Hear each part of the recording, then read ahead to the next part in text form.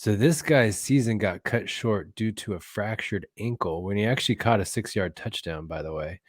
But he had a monster season in those 8 games. He's 6'5", 210. He was a basketball player at USC as well. He had just under 1,100 yards receiving on 88 catches. So he was a possession guy, more or less. He had 6 games of over 100 yards and 10 catches in 5 games. So 10 plus catches. I mean, I saw some of the stats and he had like 13, 14, 15 catches in one of those, in a game. So he had 5 games where he had 10 or more catches. That's pretty monster stuff. This is Drake London out of USC, by the way, for the listeners. You said he caught a touchdown on his broken ankle? Is that what you said? Well, he caught a 6-yard touchdown and broke his ankle on the same play, held on to the ball, so it counted as a touchdown. Huh. Well, at least he completed the play. At least he is a gamer, right? Right. Yeah. What I'd say is this. Obviously, you're going to look at his height and you're going to say you're going to think 6'5", he's the tallest. He must be this massive human being. Put him in as an X, right? Couple of hesitations I have with that, though it is possible he could one day develop into that alpha. One is in college, he played primarily out of the slot, right? When I mean primarily out of the slot, I mean like he would only line up maybe 5 total times outside. Everything else is from the slot. So most of his stuff comes from the inside receiver position. And then on top of that, he doesn't have that home run speed that you kind of need with the next to take the top off. Not like your deep threat necessarily, but you do need some legitimate next level speed, like a second gear or something. He doesn't exactly have that. And then also, this is an effect of him playing from the slot mostly, but he doesn't have the most diverse route tree, right? You want your true alpha male receiver to be able to run everything, basically. Run a deep route, run a 7, run a 9, run a slant, all that type of stuff, right? But he's kind of limited in that, and I don't know, maybe that has to do with him being placed in the slot during college, or maybe that's just, he found what he's good at and he's just going to be limited. Who knows? There's one guy in the Discord, he just cares about only one thing. Yeah. His BMI.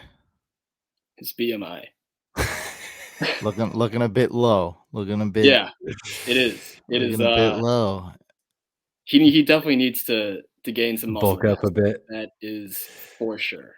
Another thing of note, though, for this guy is he didn't have like the best quarterback throwing it to him at all. All season. He had Keaton Slovis, who was kind of underwhelming this season, and for a portion there, he had a freshman quarterback, Jackson Dart, who's a good prospect, but nowhere near like elite at this point. So Drake still produced pretty darn well. I don't want to steal anybody's thunder, but it looks like Mr. Kale almost has like a similar thought. Comp in mind. Yeah, he knows it. Kale says he loves Drake London. Dude reminds him of Mike Evans so much. Just hope he can stay healthy. I know we went over this already, but do you want to tell him some of your high-low comps, I guess? Yeah, so Mike Evans is a good one. I think he's 6'4", very similar size. Honestly, I kind of see – I don't think there's any better comparison than Mike Evans because very similar size, very similar skills. I can envision Drake London being played in a very similar role to Mike Evans. I can see a similar career trajectory as Mike Evans. So there's a lot more similarities than just size and skills like between these two guys. If I were to give you the record, Shane did say Mike Evans before the show when we went through this the first time. So he was already on that, Kale. I'm just pointing that out. So This is true. I did have 2 names in Mike Evans. You guys do I'll think give you a second name though. It would be you remember that Saints wide receiver from a little bit ago, Marquez Colston? Yep. I think he's very similar. He's also kind of similar to Mike Evans. Big body, good ball skills, stuff like that. Route running, slot receiver. Amar says he reminds him a little bit of Brandon Marshall. Maybe. I feel like Brandon Marshall a little bit lankier. And then we have another comment. Brandon Marshall also doesn't have that speed, so maybe that's actually not terrible. I'm looking at everyone's weight, and everyone weighs 225 pounds. That's Yeah, that's actually 6'4", kind of low. 6'5", Well, and so this guy weighs 210. So I mean, this is going to be definitely a con when assessing him. We Oh, gotta 100%. Yeah, we the have to physical look at play, this. he brings nothing when it comes to run blocking. Obviously, See, he Mike can't Evans sustain could any run blocks. block, and I mean, He's this also is it keeps people on the field too. That's also mhm.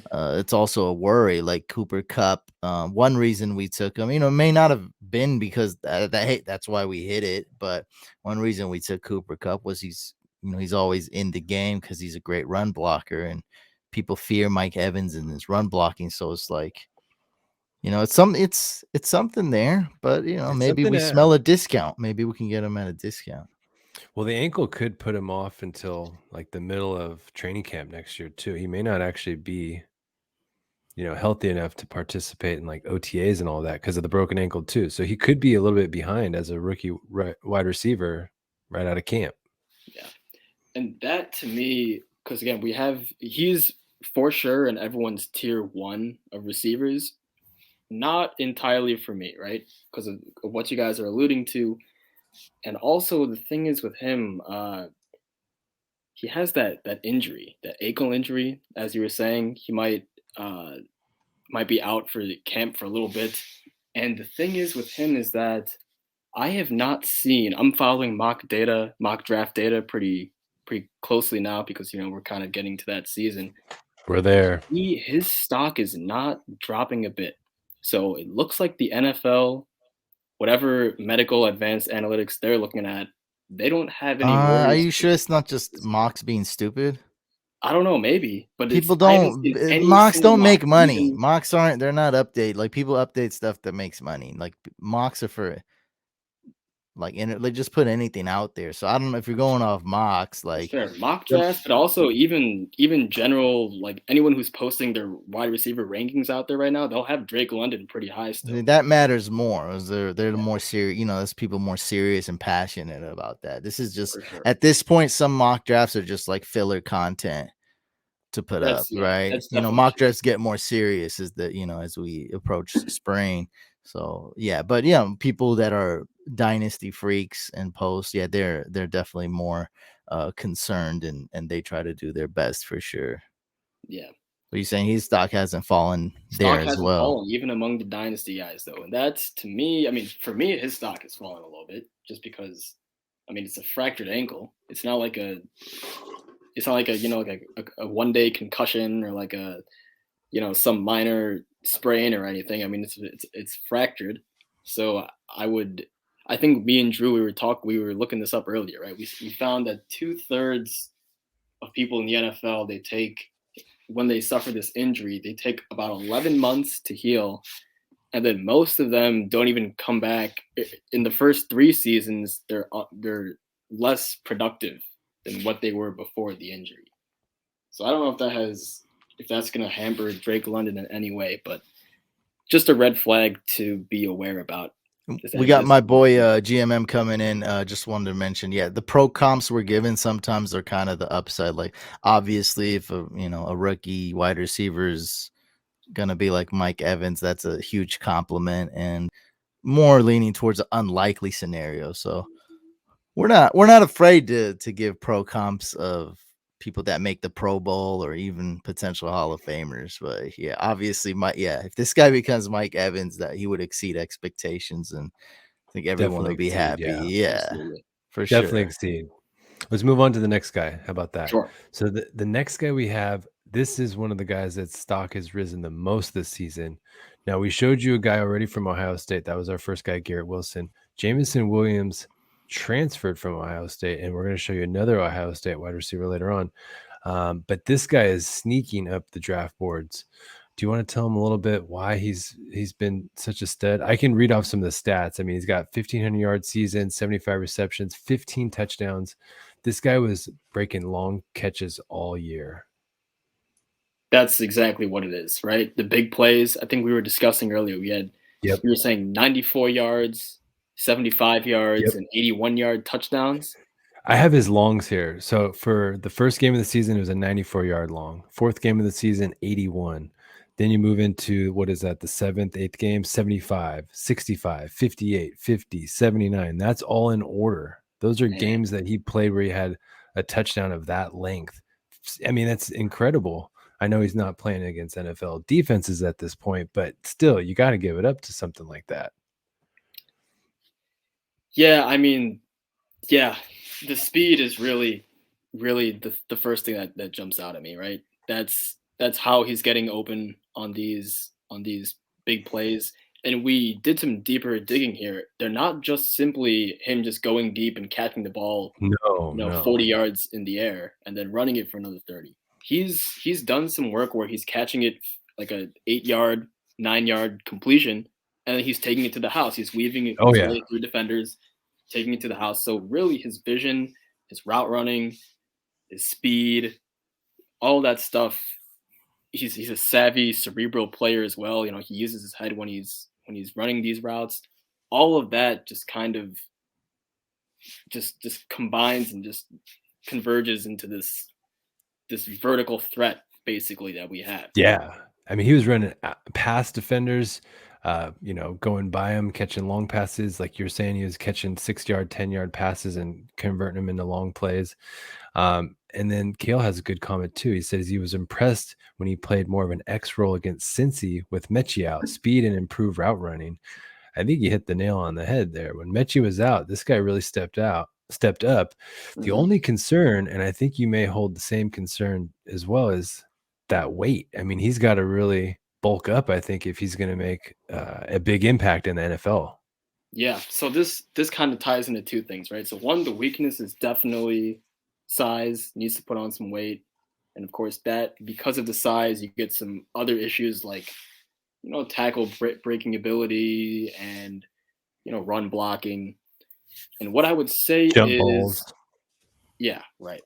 What I would say is these are all the same kind of red flags that were given to the guy I would compare this man to, who's another Alabama receiver from the past, Davonna Smith.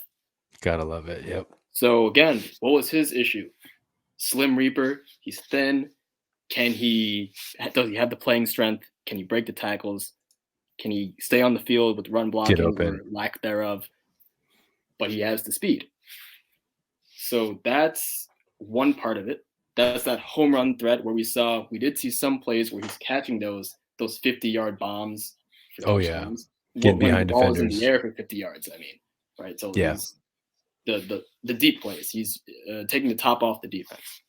But then you also see he has a little bit of Jalen Waddle in him.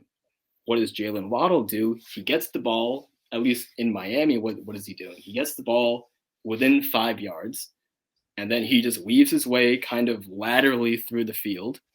And then all of a sudden, instead of a 2-yard completion, it's a first down on a 26-yard gain out of nowhere. So he has these kinds of skills or traits to where I would say this guy is very similar to both Davonna Smith and Jalen Waddle of last year. That's a pretty cool comparison. What do you think about that, Brian? So we're saying that this guy, Jameson Williams, has similarities to both Davonna Smith and Jalen Waddle in one guy. It's probably exact. I mean, you're talking about pro comp, you're talking about BMI comp, you're talking about college comp. I mean, this is these comps are just falling into place. They're perfect.